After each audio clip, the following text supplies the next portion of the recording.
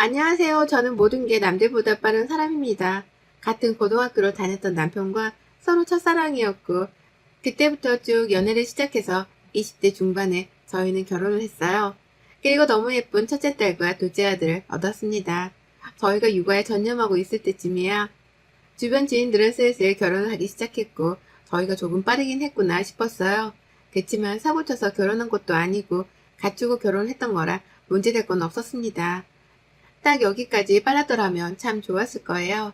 젊은 동갑내기 부부였고 외향적인 성격이라 애기들이랑 몸으로 뛰어노는 것도 잘해줬었고 참 많이도 놀러 다니고 그러면서 저희 가족은 너무 행복했습니다.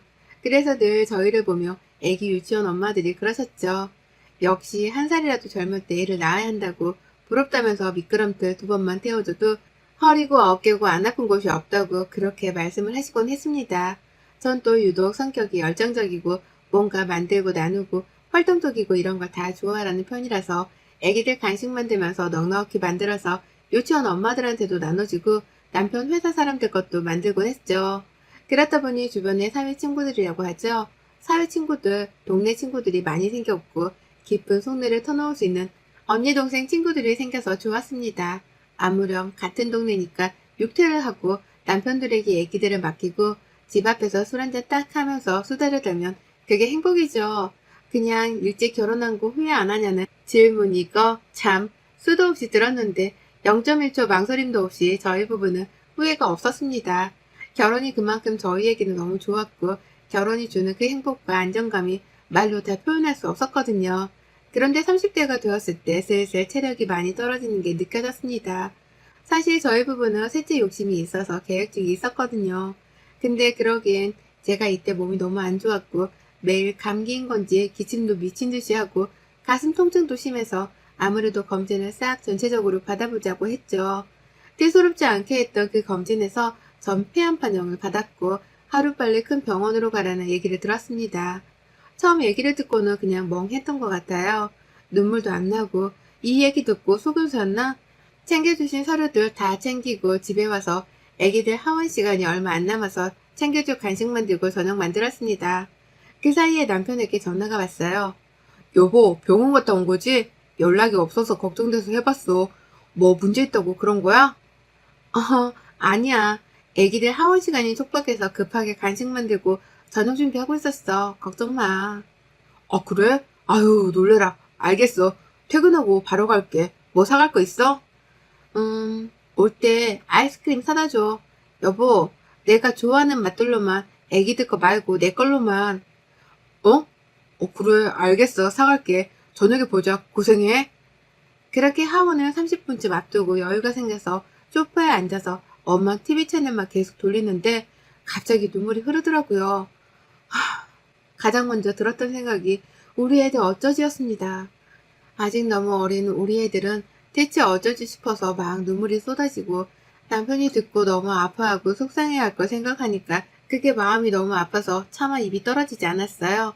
참 하늘도 무심하시지. 홀로 30분간 눈물콧물 다 쏟고 아무렇지 않은 척 세수도 하고 거울을 보며 웃는 연습을 하고 급히 피부 화장을 해서 울지 않은 것처럼 하고 애기들 하원 마중을 나갔습니다. 애기들과는 연애 때처럼 시간을 보냈지만 평소보다 일찍 재웠어요. 그리고 남편을 기다렸고 남편과 맛있게 저녁을 먹고 얘기를 했죠.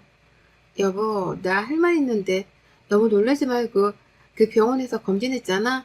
근데 결과를 보니까 폐암이라고 하네? 수술은 가능할 것 같은데 정확한 건 대학병원 가봐야 한다고 해서 내일 바로 예약하려고. 뭐? 아니, 어떻게 그럴 수 있지? 아니야? 어? 왜 내가 폐암인지는 모르겠는데 맞대. 아무튼 그렇다네.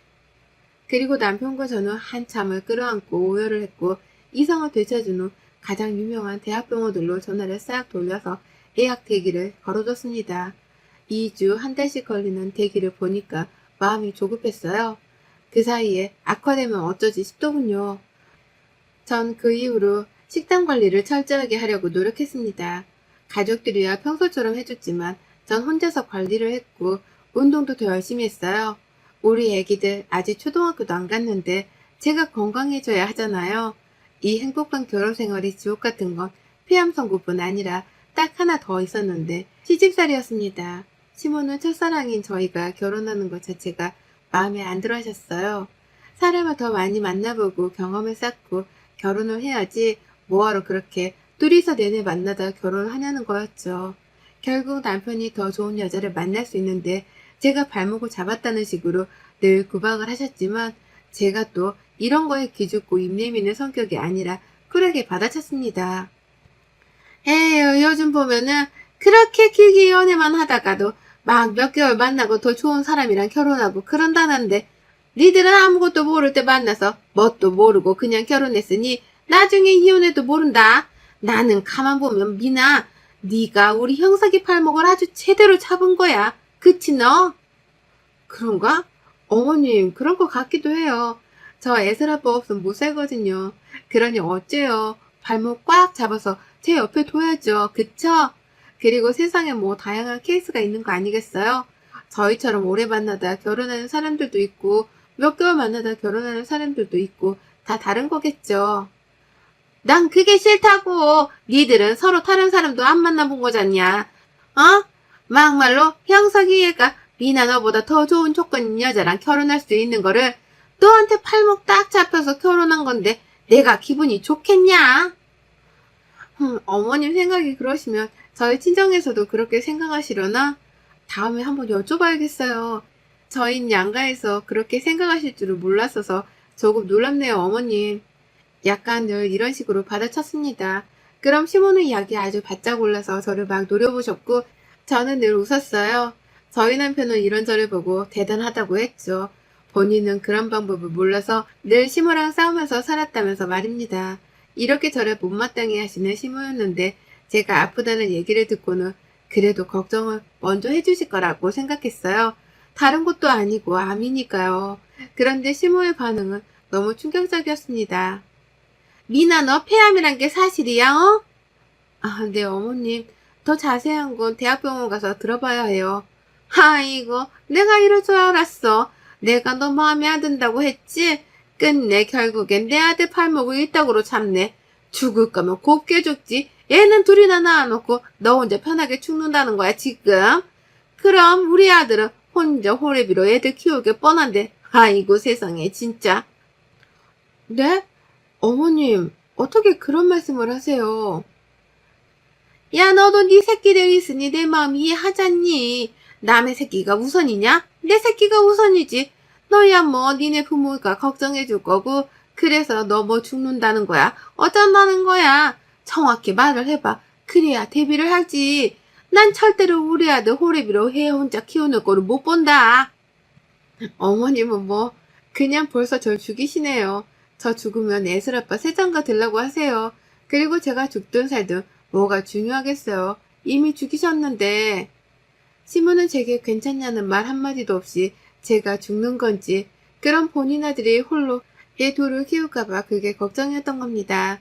아무리 정말 사람이 너무 나쁘다고 해도 기본적으로 괜찮냐는 말을 하는 건 너무 예의잖아요.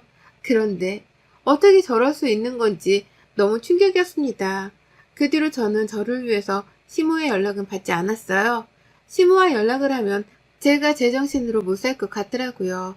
남편에게도 똑같이 말을 해줬고 이런 이유로 시모와 당분간 연락하고 싶지 않다고 말을 했더니 이해를 했죠.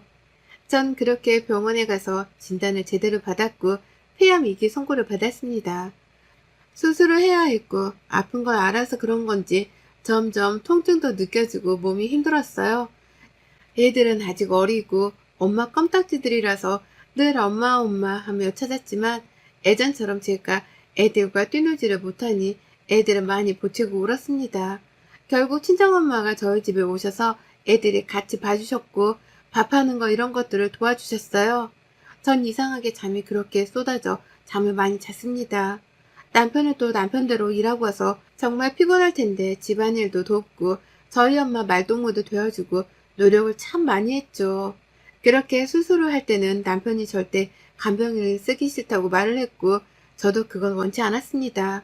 회사에 양해를 구하고 한 달간 무급으로 휴가를 쓰게 되었고 저를 배려해 1인실에서 지냈어요. 수술 후 내내 남편이 곁을 지켜준 덕분에 저는 너무 든든했지만 시모 입장은 달랐습니다. 모르는 번호로 전화가 왔길래 전화를 받았는데 시모였어요. 아이씨고 내 전화만 콜라 안 받겠다 이거지 너. 네 수술하는 게 뭐가 대수라고 한 달씩이나 우리 아들이 휴가를 내는 건데 대체 남의 아들 학기 망치려고 작정을 했냐? 간병인을 쓰든 니네 엄마한테 와 있으라고 할 것이지 뭐하는 짓이야 대체? 그리고 어디서 버르장머리 없이 CM이 전화를 씹기를. 어머님이야말로 지금 이게 뭐 하시는 거세요? 수술한 사람한테 모르는 번호로까지 전화해서 이러고 싶으세요? 참 대단하시네요. 진짜 죄송한데 저 어머니 목소리만 들어도 이제는 혈압 올라요. 그니까 제발 연락 좀 하지 말아주세요. 죽다 살아서 그런가 전 이제 제가 제일 우선이거든요. A고 뭐고 다 필요 없어요. 제가 우선이니까 이런 연락하지 마세요 저한테. 지가 하는 게 뭐가 있다고는 집구석에서 지 엄마한테 청소고 애들이고 다 시키고 지는 아주 공주처럼 있으면서 힘든 척은 다 하고 있네. 어? 수발도 지금 내 아들이 다 들어주고 넌 하는 게 뭐가 있는데? 끊을게요. 연락하지 마세요. 시모는 진짜 모르는 번호로까지 전화해서 제게 욕을 퍼부었죠. 옆에서 듣던 남편이 전화를 빼앗아 본인이 말하라고 했으나 그럼 일이 더 커질 것 같아서 제가 싫다고 했고 참 해도 너무하다 싶었습니다. 안 그래도 아파서 힘겨운데 눈물이 막 미친 듯이 흐르더군요. 병원에서는 일주일 조금 안 되는 시간 동안 있었고 퇴원을 한 후 집에 가보니 애들이 저를 보고 막 끌어안겨 울더군요. 어디 갔다 이제 왔냐고 많이 아프냐고 하면서 말입니다. 그리고 그 뒤에서 소리 없이 울고 계신 친정엄마를 보는데 마음이 찢어지는 줄 알았어요. 폐암 수술을 하고 나서 후 관리가 굉장히 중요하다는 걸 알았는데 남편과 저희 엄마는 집을 거의 철저하게 준비를 해놨더군요. 안방은 거의 무슨 청정구역이라고 해도 과언이 아닐 정도였고 집안 곳곳에 새로 생긴 공기청정기 여러 대와 소독기뿐 아니라 식기 소독하는 것도 구입을 했더라고요.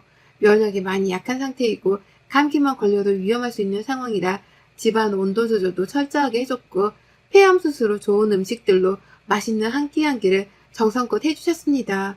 제가 원래도 살이 별로 없는 편이었는데 아프고 나서 잘 먹어도 살이 빠지더라고요. 그래서 마른 체형으로 보이게 되었고 제가 봐도 참 볼품없고 뼈다귀 같고 아파 보여서 싫었습니다. 머리도 자꾸 빠지고 거울을 보면 너무 우울해서 안방 화장실 거울도 그냥 가려버리고 거울을 보지 않았어요. 우울감이 빠지기 싫어서요. 온 가족이 다 낮잠을 자고 있던 주말이었는데 초인종 소리에 깼어요. 보니까 시모가 왔다는 겁니다. 저희 부부는 순간 긴장을 했고 시모가 절 괴롭히는 걸 모르는 저희 엄마는 대접할 게 없는데 큰일 났다고 어쩌냐고 막 그러셨죠. 안녕하세요. 잘 지내셨죠? 세상에 이렇게 뵙네요. 아, 네. 미나 있죠? 네, 있죠, 미나. 미나랑 할 말 좀 있어서요. 어머님, 방으로 들어오시겠어요? 아니, 다 같이 있는 곳에서 얘기할 거다. 다 듣고 판단하는 게 좋겠어. 무슨 일이라도 있으세요? 미나가 지금 몸이 힘들어서 이렇게 있는 게 별로 안 좋거든요. 예, 사부인 말씀 참 잘하셨네요. 본인 딸 귀하듯 저도 제 아들 너무 귀합니다. 근데 며느리 하는 꼬라지를 보며 참다 폭발해서 왔네요. CM이랑 연락하기 싫다고 연락 다 씹어버리질 않나? 제 아들 팔목 잡은 거 맞으니까 그렇게 아시라고 하질 않나? 버르장머리고 뭐고 예의고 다 필요 없고 죽다 살아서 본인이 제일 우선이라고 하질 않나? 이렇게 퍼붓고는 연락도 안 받아요. 제가 며칠을 내내 앓고 또 앓다가 찾아왔네요. 제 아들이 사부인한테 그랬으면 어떠시겠어요? 엄마, 지금 이건 아니지. 그만하시고 나중에 얘기해.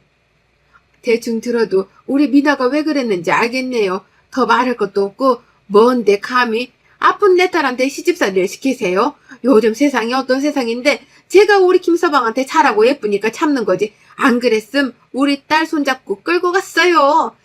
지금 그쪽이랑 상대도 안 하고 아세요? 사람이 아무리 화가 나도 상황 파악이란 걸 해야지. 죽다 살아난 며느리한테 괜찮냐는 말은커녕 본인 화풀이를 하러 온 걸 보니 인성 알아줄만 하네요. 더 소란스럽게 하지 마시고 나가세요. 화풀이 하고 싶으시면 저기 오락실에 있는 펀치 기계에 돈 넣고 하시던가. 뭐라고요? 아주 이제 보니까 그 애미의 그 딸이 따로 없네. 김서방, 당장 자네 어머님 배웅 안 하고 뭐하고 있어? 우리가 나갈까? 아니요, 장모님. 제가 해결할게요. 시모는 결국 본인 화풀이를 하러 찾아왔고 이 사건 때문에 친정엄마까지 모든 걸 알게 되었습니다. 엄마께서는 그가 왜 말을 하지 않았냐며 너무 속상해 하셨고 시모를 보내고 온 남편과 한참을 대화했죠. 한 번만 더 이런 일이 있거나 이런 대우하는 걸 보면 가만두지 않겠다고 하셨어요. 부부가 아무리 행복하게 살아도 시모가 가운데서 저렇게 시집살이를 자꾸 시키면 골병 드는 거라고. 안 그래도 몸도 아프고 스트레스 받으면 안 좋다는데 이건 아니라고 말씀을 하셨습니다. 그러면서 냉정하게 들릴지 몰라도 또 이러면 난 내 딸을 지키기 위해서 둘이 이혼시킬 거라고 하셨어요. 그러니 제 남편에게 이혼하기 싫으면 똑바로 처신하고 잘 막으라고 했죠. 저희 엄마께서 강수를 두신 겁니다. 그런데 이러나 저러나 전 그냥 너무 힘들고 약기운에 너무 졸려서 그냥 자버렸어요. 그렇게 시간이 흘러 엄마께서도 이제 내려가셔야 해서 보내드렸고 남편 휴가도 일주일 정도 남았죠. 그간 엄마가 계시면서 솔직히 저희 부부가 너무 편하게 지냈는데 막상 일주일간 남편이 혼자 이것저것 하려고 하니 힘들었나 봐요. 점점 짜증이 많아지고 예민해지는 게 보였죠. 그런데 그 모든 게 원래는 제가 늘 매일매일 하던 일인데 말입니다. 아유, 지친다, 지쳐. 뭐가? 치우면 뭐해? 또 어지르고. 치워도 끝이 없잖아. 그뿐이야? 애들 보는 것도 보통 일이 아니잖아. 이걸 지금 혼자서 하려니까 힘들지. 그치. 고생 많아. 당신 고마워. 근데 내가 알아보니까 수술하고 애들도 보고 살림도 하고 그런다는데 당신은 유독 힘들어하는 것 같다? 뭐라고? 그 말은 무슨 내가 꾀병이라도 부린다는 거야? 아니, 솔직히 그렇잖아. 수술한 지가 지금 거의 3주가 지났는데도 병원에서도 수술 잘 된 편이라고 했고 문제 없다고 했는데 맨날 잠만 자고 힘들어하고 언제까지 내가 뒤치다꺼리 하고 있어. 이제 일도 다녀야 하는데. 야, 김영서, 너무한 거 아니야? 내가 진짜 이 말은 안 하려고 했는데 당신이 힘들어 죽겠다고 말하는 그 모든 일을 난 매일 했어. 살림에 육아에 매일매일 했다고. 난이도가 겨우 당신은 지금 이 정도야. 난 오후로 매일 했고 근데 뭐? 너무 힘들어? 못 해먹겠어? 웃기지 마. 그게 그렇게 힘들어서 아픈 와이프를 꾀병 환자로 몰고 가니 좋니? 그냥 회사나 나가. 내가 알아서 할 테니까.